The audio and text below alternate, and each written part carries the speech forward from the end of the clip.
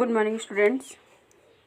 आज हम मेरी संग की औरतें का अगला पैरा पढ़ेंगे। लीक से किसके अपने पूर्वजों में माँ और नानी ही रही होती तो गनीमत रहती, पर अपनी एक परदादी भी थी जिन्हें कतार से बाहर चलने का शौक था। उन्होंने व्रत ले रखा था कि अगर खुदा के फजल से उनके पास कभी 2 से ज़्यादा धोतियाँ हो जाएंगे तो तीसरी दान कर देंगी। लेखक ने बताया है कि जो परंपरा थी, जो लीक थी मेरे पूर्वजों में, उसमें माँ और नानी ही रहती थी, कुछ गनीमत रहती कुछ में, किंतु उसमें हमारी परदादी भी थी जिन्हें सबसे अलग रहने का शौक था। उन्होंने यह नियम बना लिया था कि यदि ईश्वर की कृपा से उनके पास पहनने के लिए 2 साड़ियाँ 2 धोतियाँ से अधिक हो जाए तो वो तीसरी दान कर देंगे। जैन समाज में अपरिग्रह की सनक बिरादरी बाहर हरकत नहीं मानी जाती, इसलिए वहाँ तक तो ठीक था, पर उनका असली जलवा तब देखने को मिला जब मेरी माँ पहली बार गर्भवती हुई। मेरी परदादी ने मंदिर में जाकर मन्नत मांगी कि उनकी पतोहू का पहला बच्चा लड़की हो। यह गैर रवायती मन्नत मांगकर ही उन्हें चैन नहीं पड़ा। लेखक ने कहा है कि जैन समाज में जैन धर्म का पालन करने वालों लोगों में संचय करना, एकत्रित करना सही नहीं माना जाता, उचित नहीं माना जाता, किंतु मेरी दादी जी का जो जलवा था, जो करामात थी, वह उस समय देखने को मिली जब मेरी माँ का पहला बच्चा होने वाला था। मेरी परदादी ने मंदिर में जाकर मन्नत मांगी कि मेरी बहू का पहला बच्चा लड़की हो। यह गैर रवायती मन्नत मांगकर उन्हें शांति नहीं मिली, संतुष्टि नहीं हुई। उसे भगवान अपने बीच पोसता रखने के बजाय सरेआम उसका ऐलान कर दिया। लोगों के मुंह खुले के खुले रह गए। उनकी फितूर की कोई वाजिब वजह ढूंढे ना मिली। यह भी नहीं कह सकते थे कि खानदान में पुश्तों से कन्या पैदा नहीं हुई थी, इसलिए माँ जी बेचारी कन्यादान के पुण्य के अभाव को पूरा करने के चक्कर में थी। लेखक ने बताया है कि लेखक के खानदान में कई पीढ़ियों से, कई पुश्त से बेटी का जन्म नहीं हुआ था, कन्या का जन्म नहीं हुआ था, और यही वजह रही होगी कि उनकी परदादी ने कन्या की मन्नत मांगी, पुत्री की मन्नत मांगी कि उनकी बहू को पुत्री ही हो, क्योंकि माँ कन्यादान महादान माना जाता है, इसलिए माँ बेचारी कन्यादान के पुण्य से वंचित रही होंगी और इसलिए इस चक्कर में थी, क्योंकि पिताजी की ही नहीं दादाजी की भी बहनें मौजूद थी। हाँ, पहला बच्चा हर बहू का बेटा होता रहा था। खैर, माँ जी ने अपनी तरफ से कोई सफाई नहीं दी, बल्कि बदस्तूर मंदिर जाकर मन्नत दोहराती रहीं। पूरा नकुड़ गांव जानता था कि माँ जी का भगवान के साथ सीधा सीधा तार जुड़ा हुआ है। बेतार का तार इधर वह तार खींचती, उधर टन से तथास्तु बजता। मेरी दादी तो पहली मर्तबा में ही तैयार हो गई थी कि गोद में खेलेगी तो पोती, पर माँ जी की आरजू किस कदर रंग लाएगी उसका उन्हें भी गुमान न रहा होगा। लेखक ने बताया है कि माँ भी चाहती थी कि उनका पहला बच्चा लड़की हो, और इसलिए वह मंदिर में अपने मन ही मन अपनी मन्नत को दोहराती रहती।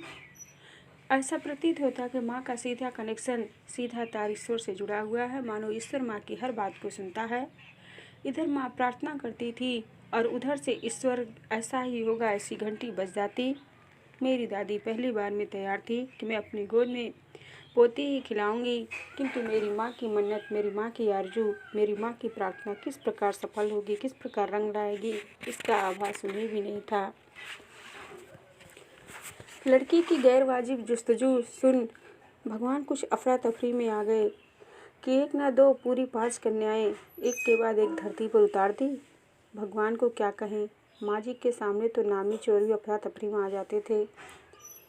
माँ जी और नामी चोर का किस्सा होश संभालने के बाद मैंने कई बार सुना था। चोर के दीदार की खुशनसीबी भी हाथ आई थी। लेखक ने बताया कि जो लड़की होने की मन्नत मांगी जा रही थी, उससे भगवान इस तरह से कुछ असमंजस में पड़े कि 1 कन्या नहीं बल्कि पूरी 5-5 कन्याएं हमारे घर में दे दी। और माँ जी के सामने तो नामी चोर भी घबरा जाता है, असमंजस में आ जाता है, अफरा-तफरी मच जाती है। चोर के बारे में किस्सा सुना था, किंतु चोर का दर्शन भी हो गया। यह खुशनसीबी थी कि चोर कैसा होता है यह हमने देख लिया। हुआ यूँ था, किसी शादी के सिलसिले में नकुड़ की हवेली के तमाम मर्द बारात में दूसरे गांव गए हुए थे। औरतें सज धज कर रत जगह मना रही थी। नाच गाने और ढोलक के थाप के शोर में नामी चोर कब से इन लगाकर हवेली में घुसा, किसी को खबर ना हुई। पर चोर था बदकिस्मत, जिस कमरे में घुसा उसमें माजी सोई हुई थी। औरतों के शोर से बचने को वे अपना कमरा छोड़ दूसरे कमरे में जा सोई थी। चोर बेचारा तमाम जुग्राफिया दिमाग में बुठला कर उतरा था। उसे क्या पता था कि इतनी बड़ी बूढ़ी पुरखिन जगह बदल लेगी। घर बुढ़ापे की नींव ठहरी चोर के दबे पाँवों की आहट से ही खुल गई। लेखा ने बताया है कि हमें चोर का दर्शन उस समय हुआ। किसी समय शादी के सिलसिले में गांव के सभी लोग, हवेली के सभी लोग बारात गए हुए थे और औरतें सज धज कर रत जगह मना रही थी। हमारे यहाँ जब शादी विवाह होता है, लड़कों की बारात में लड़कों की बारात जब चली जाती है तो गांव की स्त्रियां आपस में ही कुछ क्रीड़ाएँ करती रहती हैं, कुछ मनोरंजन करती रहती हैं और इस प्रकार वह रात भर जागती रहती हैं। ढोलक नग बजते रहते हैं, गाने गाए जाते हैं, संगीत की धुन सुनाई जाती है और इस प्रकार ढोलक की थाप में चोर भी कब से लगाकर हवेली में घुस गया, किसी को पता नहीं चला। किंतु चोर बदनसीब था। वह जिस कमरे में प्रवेश किया उसमें माँ जी सोई थी और चोर अपने मन में तरह तरह के ख्याल लेकर घर में प्रवेश किया था, किंतु उसे यह पता नहीं था कि जिस घर में जिस कमरे में प्रवेश कर रहा हूँ वहाँ कोई बड़ी बूढ़ी पुरखिन है और बुढ़ापे की नींद है। जैसे ही चोर ने दबे पाँव कदम रखा, उसकी आहट से माँ की नींद खुल गई। कौन? माँ जी ने इत्मीनान से पूछा। जी मैं, चोर। चोर ने ईगोस चला रहा पारंपरिक असंगत जवाब दिया। पानी पिला? माँ जी ने कहा। जी मैं, चोर झिझक कर रह गया। अब लेखिका बता रही हैं कि जैसे ही चोर दबे पाँव कमरे में प्रवेश किया, उसकी आहट से लेखिका की माँ की नींद खुल गई। उन्होंने पूछा कौन? तो चोर ने भी उसी पारंपरिक सवाल में जवाब दिया कि मैं चोर हूँ। माँ ने कहा पानी पिलाओ। चोर झिझकते हुए कहा कि मैं। तब तक माँ जी बिस्तर के बराबर में टटोल कर देख चुकी थी, लोटा खाली था। ऐसा कर उन्होंने कहा यह लोटा ले और कुएं से पानी भर ला, पर देख कपड़ा कस कर बांधे रखियो और तरीके से छानियो। लेखिका बता रही है कि चोर माँ जी की बातों को सुनकर असमंजस में है। तभी माँ जी बिस्तर के बराबर में देख चुकी कि लोटा खाली है। लोटा थमाते हुए कहा कि जाओ कुएं से पानी भर लाओ, किंतु ध्यानपूर्वक भरना, लोटा कस कर बांधे रखना और अच्छी प्रकार पानी छलनी करके छान करके ले आना। चोर घबरा गया। अंधेरे में उन्होंने कैसे जाना कि उसके मुंह पर कपड़ा बंधा है और कमर में भांग। भगवान से उनका तार जुड़े होने की खबर उसे थी, पर बुढ़िया भांग भी छानती होगी। एकदम यकीन ना हुआ। इसी से कुछ परेशान हो उठा। जल्दी कर भाई। तभी माँ जी ने कहा बड़ी प्यास लगी है, पर मैं तो चोर हूँ। मारे घबराहट और धर्म संकट के चोर सच कह गया। अब लेखिका ने बताया कि जब लेखिका की माँ कहीं कि कपड़ा कस करके बांधियो और तरीके से छानिए, तो चोर वहाँ उसका अन्योक्त लगाने लगा और उसका दूसरा अर्थ समझ गया। उसने मन में सोचा कि मेरे मुंह पर कपड़ा बंधा है, इसने अंधेरे में कैसे देखा और यह भांग भी जानती होगी। उसे विश्वास नहीं हुआ। वह कुछ हैरान परेशान हो गया और कहा कि मैं तो चोर हूँ। और जो सच था, जो वास्तविकता थी, वह घबराहट और धड़ संकट में पड़ करके चोर ने अपना सच उगल दिया। हुआ करे, माँ जी ने कहा प्यासे को पानी तो पिला, पर देख मेरा धर्म ना बिगाड़ियो। लोटे के मुंह से कपड़ा ना हटाइयो, हाथ रगड़ कर धो लीजो और पानी कपड़े से छान कर भरियो। अब जब उसने कहा कि मैं चोर हूँ, तो लेखिका की माँ ने कहा कि चोर हो तो क्या हुआ, प्यासे को पानी तो पिलाओ, किंतु मेरे धर्म का ध्यान रखना। लोटे का मुंह कपड़े से ढके रहना, हाथ साफ कर लेना और पानी कपड़े से छान कर ही भरना। आप चोर के हाथ का पी लेंगी? कहा ना रगड़ कर धो लीजो। सब नाच गाने में लगे हैं, तेरे और भगवान के सिवा कौन धरा जो पिलाएगा।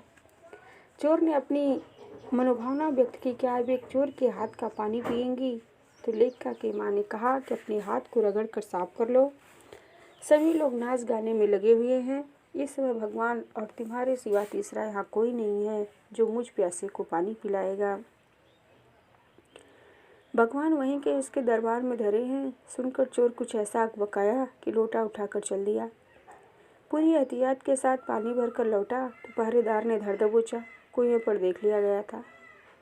तब माँ जी ने लोटे का आधा पानी खुद पीकर बाकी चोर को पिला दिया और कहा, एक लोटे से पानी पीकर हम माँ बेटे हुए, अब बेटा चाहे तू चोरी कर चाहे खेती।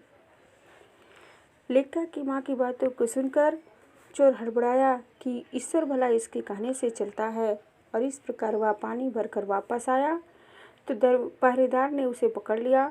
माँ ने उस लोटे का आधा पानी पीकर चोर को पिला दिया और कहा कि हम एक लोटे से पानी पिए हैं, इसलिए हम संबंध में माँ बेटे हुए, अब तू चोरी कर अथवा खेती कर। बेटा बेचारा किस लायक रह गया, सो रोमांचक धंधा छोड़ खेती से लगा। सालों साल लगा रहा। जब मैंने उसे देखा तो बड़ा भलमानुस बूढ़ा लगा, मुझे डरा डरा हैरान सा। जब लेखा की माँ ने उस चोर को बेटा कहा तो वह शर्मिंदा हो गया, लज्जित हो गया, और वह अपने चोरी के कार्यों को छोड़ करके खेती के कार्यों में लग गया। सालों लगा रहा और जब लेखा उससे मिली तो उसे एक अच्छे मनुष्य के रूप में तो देखी, फिर भी उसके क्रियाकलापों को सोच करके डरी डरी सहमी सहमी थी। खानदानी विरासत कहिए या जीवाणुओं का प्रकोप, उन दो सनकी बुढ़ियों के बीच में अच्छी फंसी। एक तरफ माँ जी के चलते अपनी लड़की होने पर कोई हीन भावना मन में नहीं उपजी, दूसरी तरफ नानी के चलते देश की आज़ादी को लेकर नाहक रोमानी ही रही। लेखा ने कहा कि जो हमारी खानदानी विरासत थी, परंपरा थी, उन दोनों के बीच में फंस गई थी। एक तरफ मेरी माँ थी जो उनके लड़की होने पर उनके मन में कोई ग्लानि नहीं थी, कोई हीनता की भावना नहीं थी, और दूसरी तरफ नानी थी जो अपने देश को आज़ाद कराने के लिए अपने देश की आज़ादी को लेकर रोमांचित हुआ करती थी।